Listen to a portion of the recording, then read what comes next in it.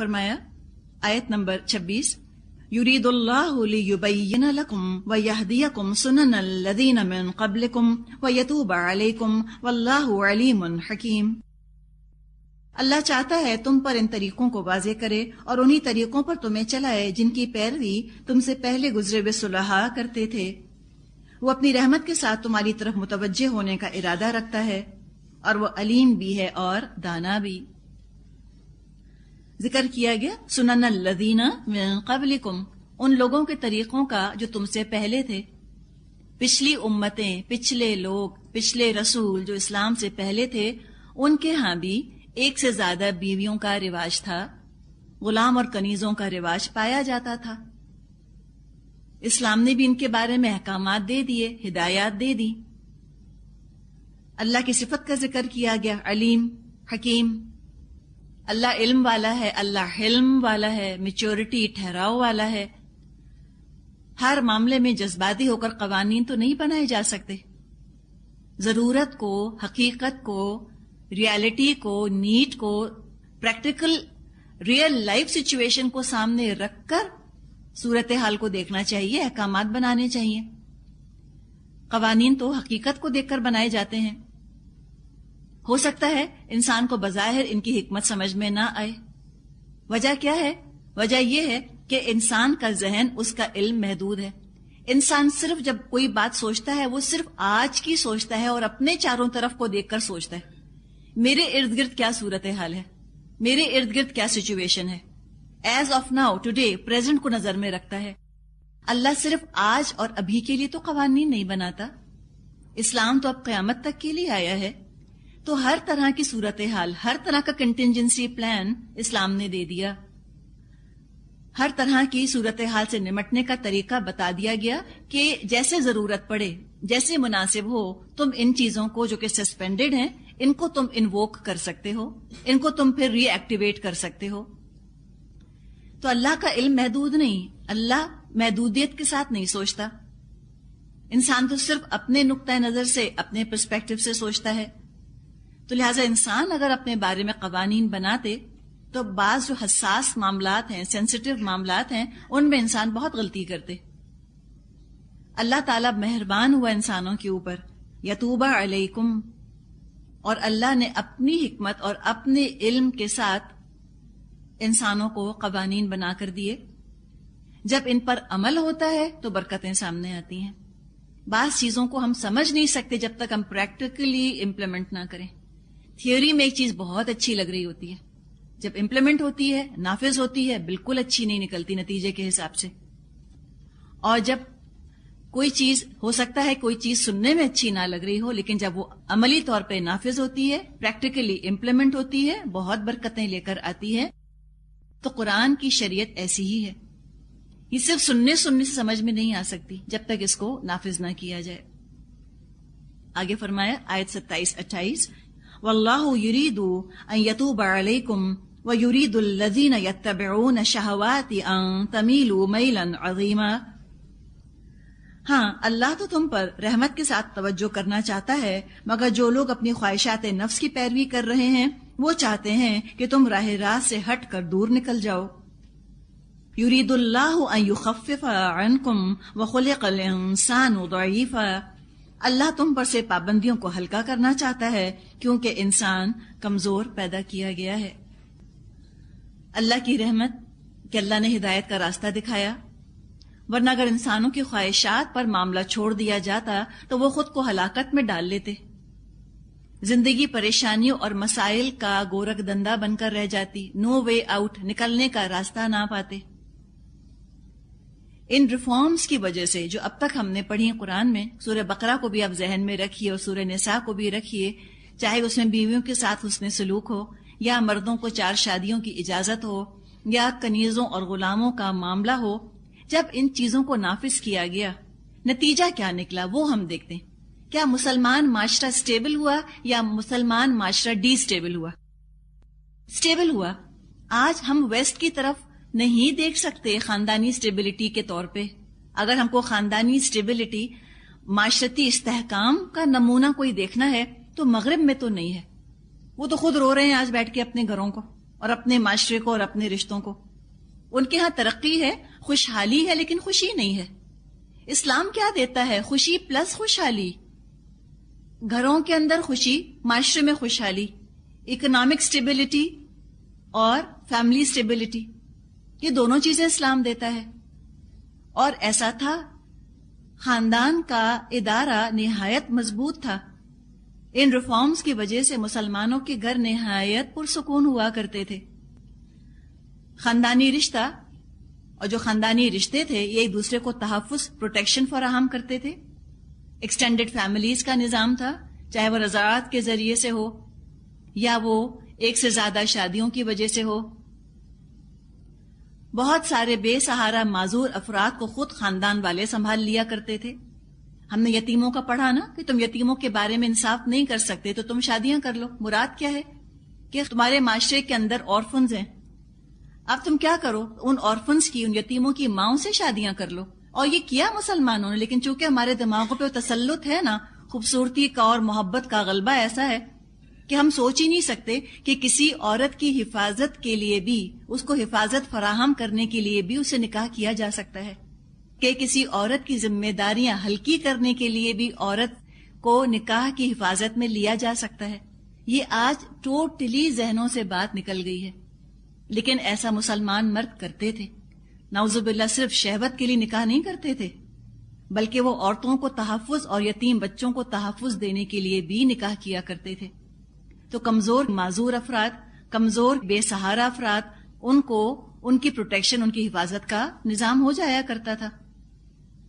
مسلمان معاشرے کے اندر تو یتیم خانے کا یا شیلٹرز کا یا اولڈ ہومز کا تصور نہیں پایا جاتا.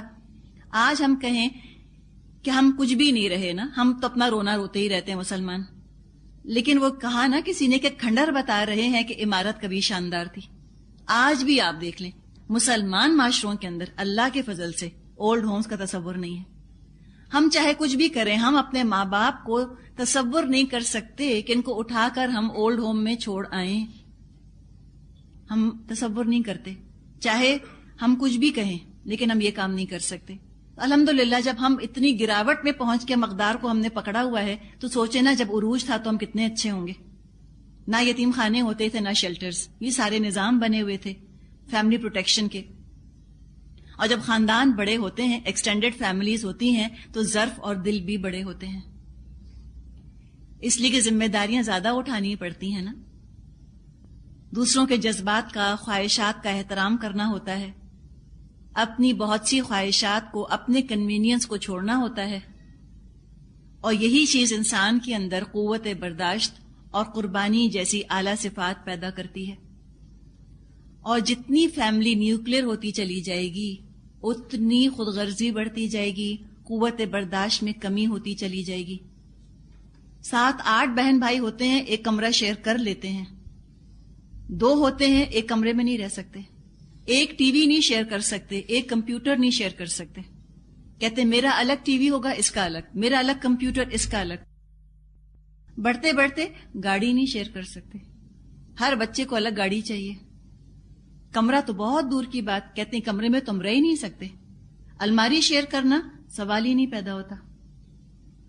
خود غرضی آ جاتی ہے نا, قوت برداشت ختم ہو جاتی ہے. اور جب گھروں میں قوت برداشت نہیں ہوتی تو کل کو جب وہ شوہر بنتے ہیں یا بیوی بنتی ہیں یا داماد بنتے ہیں یا بہو بنتی ہیں, ان سے کہاں برداشت ہوں گے ان لاز. شوہر بیوی کہاں برداشت کریں گے ایک دوسرے کو, ان کو تو عادت ہی نہیں, ان کو تو اپنی جان کو دیکھنے کی صرف عادت رہی, اپنی مرضی دیکھنی تھی بس. تو نیوکلیر فیملیز نے یہ بڑا نقصان کیا ہے نا کہ خود غرضی اور قوت برداشت کی کمی پیدا ہو گئی ہے. جب بہت سارے لوگ گھر میں رہتے ہیں, اپنے مزاج کے خلاف 10 باتیں برداشت کرنی ہوتی ہیں. جیسے آپ ان بچوں کو دیکھیں جو دادی دادا یا نانی نانا کے ساتھ گھروں میں رہتے ہیں.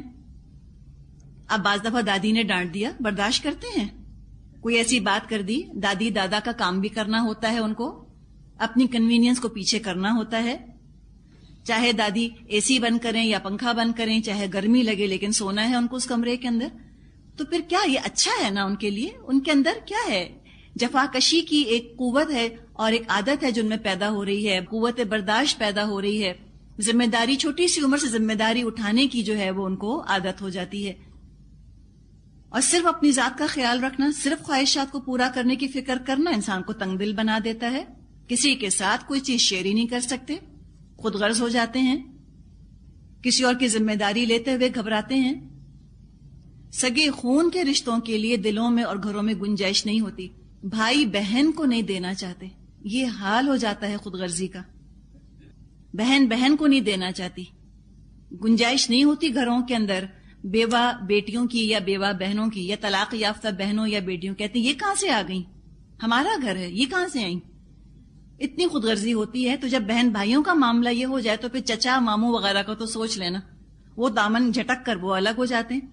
اور مرد اتنے جب کمزور، اتنے ویک ہو جاتے ہیں کہ وہ اپنی محرم خواتین کو سہارا نہیں دینا چاہتے، الزام اٹھا کر بیوی پہ رکھتے ہیں کہ وہ تمہاری چچی نہیں چاہتی، تمہاری بھابھی نہیں چاہتی، پھر وہ یوں کرتے ہیں. اب ظاہر ہے جب مرد جو کہ قوام بنائے گئے، جب ان کی کمزوری کا اور خود غرضی کا یہ حال ہو جائے گا تو پھر تو وہ بیویوں کے پیچھے چھپیں گے نا، جس کو ہم انگلش میں کہتے ہیں کہ ان کے اسکرٹس کے پیچھے چھپ جانا. جا کر بیوی کو آگے کیا، خود پیچھے چھپ گئے. تو یہ پھر معاشرے کا حال ہو جاتا ہے. اور پھر ظاہر اولڈ ہومز کی بھی ضرورت پڑے گی، اور شیلٹرز کی بھی ضرورت پڑے گی، یتیم خانوں کی بھی ضرورت پڑے گی. سب اپنے اپنے گھروں میں مگن ہو جاتے ہیں، کوئی یتیم بھانجے بھتیجوں کی بھی سرپرستی نہیں کرتا. اللہ تعالیٰ نے تو ایسے معاشرتی احکام دیے کہ ایک زبردست سوشل سیکیورٹی کا نظام وجود میں آ گیا. زندگی کی مشکلات دشواریاں ہلکی ہوتی ہیں، انسان تنہا نہیں ہوتا، بہت سے رشتہ دار مدد کرتے ہیں، ایک دوسرے کا سہارا بنتے ہیں. اب جب مسلمانوں نے اللہ کے قوانین کو چھوڑ دیا، جب انہوں نے اللہ کی غلامی چھوڑ دی تو وہ انسانوں کے اور خواہشات کے غلام ہو گئے. ساری اپنی اعلیٰ قدریں، اعلیٰ ویلیوز جو ہیں چھوڑ دیں، اپنی اپنی ذات کے خول میں بند ہو کر بیٹھ گئے جس طرح کے کافر ہوتے ہیں. تو انسان تو جذباتی ہونے کی وجہ سے خود بہت کمزور ہے، بہت انسان شارٹ سائٹڈ ہے. اللہ کے دیے ہوئے قوانین کے فار ریچنگ ایفیکٹس محسوس نہیں کر سکتا. مثال کے طور پہ آپ سوچیں، انسان قانون وراثت اگر بناتے تو کس طرح بناتے؟ ہر شخص چاہتا کہ سارا بس میرے حصے میں آ جائے. تو اللہ نے بڑا کرم کیا کہ ہم پر سے ذمہ داری ہٹا لی. یہ جو فرمایا ہے نا وَخُلِقَ الْإِنسَانُ ضَعِيفًا، انسان کمزور بنایا گیا، واقعی بڑا کمزور ہے. اللہ نے بڑا کرم کیا کہ اللہ نے ہماری ذمہ داری ہمارے اوپر نہیں رکھی، خود اللہ نے ذمہ داری ہماری لی، ہمیں ایک بہترین نظام بنا کر دے دیا. انسان اپنا فائدہ اس طرح سوچ نہیں سکتا جس طرح کہ اللہ سوچتا ہے. غلامی کے بارے میں یہ بات بھی آپ ذہن میں رکھیں کہ بعد کے دور میں جو دنیا پرست مسلمان بادشاہ آئے، انہوں نے جس طرح اس ادارے کو مس یوز کیا، اس کی وجہ سے بہت سی غلط فہمیاں دماغوں کے اندر پیدا ہو گئی. ایوری لا ہیز اے فلا ہم کہتے ہیں نا، کوئی قانون ایسا نہیں جس کے اندر سے کوئی لوپ ہول، کوئی اسکیپ روٹ، کوئی راہ فرار نہ نکلتی ہو، یا کوئی قانون ایسا نہیں جس کو کہ ٹوسٹ کر کے یا ٹرن کر کے یا بینڈ کر کے اپنے فائدے کے لیے، اپنے مفاد کے لیے استعمال نہ کیا جا سکتا ہو. یہ سب چیزیں اس وقت ہوتی ہیں جب تقوی کی کمی ہوتی ہے. ایک مضمون یہاں مکمل ہوا. آگے فرمایا آیت 29-30، یا ایھا الذین آمنوا لا تأکلوا اموالکم بینکم بالباطل الا ان تکون تجارۃ عن تراض منکم ولا تقتلوا انفسکم ان اللہ کان بکم رحیما ومن یفعل ذلک عدوانا وظلما فسوف نصلیہ نارا وکان ذلک علی اللہ یسیرا. اے لوگو جو ایمان لائے ہو، آپس میں ایک دوسرے کے مال باطل طریقوں سے مت کھاؤ، لین دین ہونا چاہیے آپس کی رضامندی سے، اور اپنے آپ کو قتل مت کرو، یقین مانو اللہ تم پر مہربان ہے. جو شخص ظلم و ستم کے ساتھ ایسا کرے گا اس کو ہم ضرور آگ میں جھونکیں گے، اور یہ کام اللہ کے لیے کچھ بھی مشکل نہیں. جس معاشرے میں بے ایمانی ہو، فراڈ عام ہو جائے، تو وہ معاشرہ دراصل اجتماعی خودکشی کے راستے پر، سیلف ڈسٹرکشن کے پاتھ پر چل پڑتا ہے. اور جس معاشرے میں معاشی ناہمواری ہو، اکنامک ویلفیئر سسٹم نہ ہو، یا سیکس ڈسپلن نہ ہو، اس معاشرے کے اندر بھی خودکشی کا ریشیو بہت بڑھ جاتا ہے، سوسائڈز بہت زیادہ ہونے لگتی ہیں. جب انسانوں پر ظلم اور ستم کیا جاتا ہے، جب معاشی طور پر اکنامکلی بھی فراڈز بہت زیادہ ہونے لگتے ہیں اور پیسے کی تقسیم بہت ناہموار ہو جاتی ہے، تو جائز ناجائز طریقوں کی تقسیم بھی ختم ہو جاتی ہے، تمیز ختم ہو جاتی ہے. ہر شخص اتنا خود غرض ہو جاتا ہے، وہ صرف اپنا بینک اکاؤنٹ بھرنے کے چکر میں ہوتا ہے، تو سارا معاشرہ فساد بگاڑ میں مبتلا ہو جاتا ہے، قتل اور خون روزمرہ کا معمول بن جاتے ہیں۔ تو اب تک تو شوہر اور بیوی کے تعلقات کو ریگولیٹ کیا گیا، اور اب اکنامک معاملات، معاشی معاملات کو ریگولیٹ کیا گیا ہے کہ باطل طریقوں سے ایک دوسرے کا مال مت کھاؤ۔ باطل طریقوں میں سودی کاروبار آتا ہے، جوا، گیمبلنگ، زنا، رشوت، یہ سب چیزیں آتی ہیں۔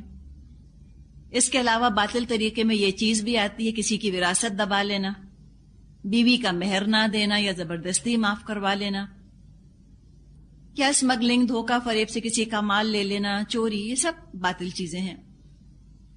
تجارت میں جھوٹ بولنا، بددیانتی کرنا، یہ چیز بھی سارے پیسے کو باطل کر دیتی ہے۔ ترمذی میں ابو سعید خدری رضی اللہ عنہ سے روایت ہے، رسول اللہ صلی اللہ علیہ وسلم نے فرمایا، سچا تاجر جو امانت دار ہو وہ صدیقین اور شہداء کے ساتھ ہوگا۔ اس کا مطلب کیا ہوا؟ ایمانداری سے تجارت کرنا کتنا مشکل کام ہے، کتنے زیادہ چانسز ہوتے ہیں تجارت میں جھوٹ کے اور بے ایمانی کے۔ حضرت انس رضی اللہ عنہ فرماتے ہیں، رسول اللہ صلی اللہ علیہ وسلم نے فرمایا، سچا تاجر قیامت کے روز عرش کے سائے میں ہوگا۔ معاذ بن جبل رضی اللہ عنہ سے روایت ہے، اللہ کے رسول صلی اللہ علیہ وسلم نے فرمایا، سب سے پاک کمائی تاجروں کی کمائی ہے، بشرط یہ کہ وہ بات کریں تو جھوٹ نہ بولیں، اور جب وعدہ کریں تو وعدہ خلافی نہ کریں، کوئی امانت رکھی جائے اس میں خیانت نہ کریں، جب کسی سے کوئی سامان خریدیں اسے خراب نہ بتائیں، یعنی یہ نہ کہیں کہ تم نے اتنا ڈیفیکٹو مال ہمیں دیا ہے، جھوٹ ایسے کہہ دیے تاکہ وہ پیسے کم کر دے، اور جب اپنا سامان بیچیں تو جھوٹی تعریف نہ کریں، یعنی اپنے مال کی ایسی خوبیاں بیان نہ کریں جو اس مال کے اندر نہ ہوں، اور جب ان کے ذمے کسی کا قرض ہو تو ٹالے نہیں، اور ان کا قرض کسی کے ذمے ہو تو اس کو تنگ نہ کریں۔ یہ آج ہمیں فیری ٹیلز لگتی ہیں، خوابوں خیالوں کی باتیں لگتی ہیں، لیکن اسلامی معاشرے کے اندر یہی تمام روایات اور ریتیں موجود ہوا کرتی تھیں، یہی ویلیوز، یہی اقدار ہوا کرتی تھیں اسلامی معاشرے میں۔ آگے فرمایا آیت 31 ان تجتنبوا کبائر ما تنہون عنہ نکفر عنکم سیئاتکم وندخلکم مدخلا کریما، اگر تم ان بڑے بڑے گناہوں سے پرہیز کرتے رہو جن سے تمہیں منع کیا جا رہا ہے تو تمہاری چھوٹی موٹی برائیوں کو ہم تمہارے حساب سے ساقط کر دیں گے اور تم کو عزت کی جگہ داخل کریں گے۔ گناہ پر انسان ڈٹ جائے، اس کی طرف سے سستی اور غفلت اگر برتنے لگے تو وہ گناہ ہوتے ہوتے روز روز ہوتے ہوتے وہ ایک انبار، ایک ڈھیر بن جاتا ہے، اور آخرت میں انسان کے لیے ایک بوجھ ہوگا۔ کبیرہ گناہوں کے بارے میں دیکھ لیتے ہیں، کبائر کی بات کی گئی ہے نا کہ تم کبائر سے بچو، تم بڑے بڑے گناہوں سے بچو۔ تو صغیرہ کیا؟ تاکہ ہم کبیرہ کو سمجھیں، صغیرہ گناہ وہ جو بغیر ارادے کے ہو جائیں، انٹینشن نہ ہو یا جذبات میں آ کر ہو جائیں، چھوٹی چھوٹی باتیں، مثال کے طور پہ ذرا سچ اور جھوٹ ملا جلا دیا، یا دوسرے کے جذبات مجروح کر دیے، روڈلی بات کر لی اس سے، یا پانی یا کھانا ضائع کر دیا، یہ ہیں چھوٹے چھوٹے گناہ۔ ہمیں خیال بھی نہیں آتا نا کہ یہ گناہ ہے، پانی کا ضائع کرنا، کہ نل کھول کر کھڑے ہیں اور وضو کر رہے ہیں، یا برش کر رہے ہیں اور نل کھلا ہوا ہے، ہمیں خیال بھی نہیں آتا کہ یہ گناہ ہوگا۔ یہ چھوٹے چھوٹے صغیرہ گناہ ہیں، لیکن اللہ نے اتنا کرم کیا کہ صغیرہ گناہ بغیر استغفار کے معاف ہو جاتے ہیں۔ جیسے کہ ہم حدیث میں مضمون پڑھتے ہیں کہ وضو کرنے سے، نماز پڑھنے سے خود بخود صاف ہوتے چلے جاتے ہیں۔ کبائر جن کا یہاں ذکر ہے، کبائر کا ڈیفینیشن یہ کیا گیا کہ وہ گناہ، کبیرہ گناہ اس گناہ کو کہتے ہیں، نمبر 1، جس میں قرآن یا حدیث میں کوئی حد مقرر کی گئی ہو، کوئی پنشمنٹ قرآن یا حدیث میں آتی ہو۔ مثال کے طور پہ زنا کی جیسے پنشمنٹ ہے، یا قتل کی پنشمنٹ قرآن میں آتی ہے، یا چوری کی پنشمنٹ آتی ہے، تو کبیرہ گناہ ہے وہ جس پہ حد مقرر ہو۔ نمبر 2، جن کاموں پر قرآن یا حدیث میں لعنت کے الفاظ آئے ہوں کہ اللہ کی لعنت ہے فلاں فلاں پر، وہ کام کرنے والا کبیرہ گناہ میں ملوث ہے، اس کا مطلب ہے۔ تو وہ کام جس پر قرآن یا حدیث میں لعنت کے الفاظ آئے ہوں کبیرہ گناہ ہوتا ہے۔ نمبر 3، قرآن یا حدیث میں ان کے لیے حرام کا لفظ آیا ہو۔ ابھی ہم نے پڑھا نا حرمت علیکم، حرام کی گئی تم پر، تمہاری مائیں، تمہاری بہنیں وغیرہ وغیرہ، تو ان میں سے محرمات میں سے کسی سے نکاح کرنا کبیرہ گناہ ہے۔ اس کے علاوہ احادیث میں بھی کچھ کام آتے ہیں۔ صحیح بخاری میں آتا ہے نبی اکرم صلی اللہ علیہ وسلم نے کبیرہ گناہوں کو گنوایا۔ نمبر 1، شرک کبیرہ گناہ ہے۔ قتل ناحق، بلا وجہ کسی کو قتل کر دینا، جان سے مار ڈال دینا، کبیرہ گناہ ہے۔ یتیم کا مال ناجائز طریقے پر کھانے والا، سود کھانے والا، سود کھانا کبیرہ گناہ ہے۔ میدان جنگ سے بھاگنا کبیرہ گناہ ہے۔ پاک دامن عورتوں پر تہمت لگانا، الزام لگانا نا، زنا کی تہمت لگا دینا کبیرہ گناہ ہے۔ والدین کی نافرمانی کرنا، بیت اللہ کی بے حرمتی کرنا، سینکٹیٹی آف کعبہ کو وائلیٹ کرنا کبیرہ گناہ ہے۔ ایک حدیث میں ہے کہ اللہ کی رحمت سے مایوس ہونا کبیرہ گناہ ہے، اور اللہ کے عذاب اور سزا سے بے فکر ہونا کبیرہ گناہ ہے۔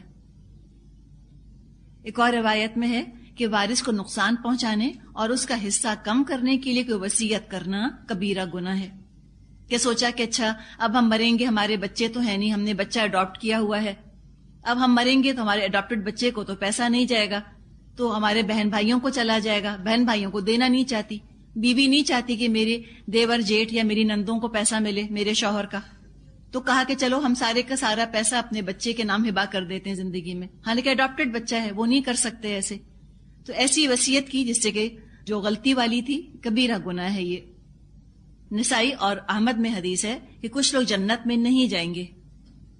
عادی شرابی، ہر وقت جو شراب پیتا ہے، شراب پینے والا، والدین کا نافرمان، رشتہ داروں سے قطع تعلق کرنے والا، احسان جتانے والا، جنات اور شیاطین کے ذریعے غیب کی خبریں معلوم کرنے والا، اور دیوس، دال یا واو سا، دیوس کہتے ہیں اس شخص کو جو اپنے گھر والوں کو بے حیائی سے نہ روکے، اپنے گھر میں بے حیائی ہوتی دیکھے، بیوی کو یا بچوں کو دیکھے، بہنوں کو، سب کو دیکھے، ان کو نہ روکے، وہ بھی جنت میں نہیں جائے گا۔ کبیرہ گناہ توبہ کے بغیر معاف نہیں ہوتے، اس کے لیے خصوصی توبہ کرنی ہوتی ہے، اور جو توبہ کر لے اللہ ان گناہوں کو دھو ڈالے گا اور جنتوں میں داخل کرے گا۔ اسی کی تمنا، اسی کی کوشش کرنی چاہیے۔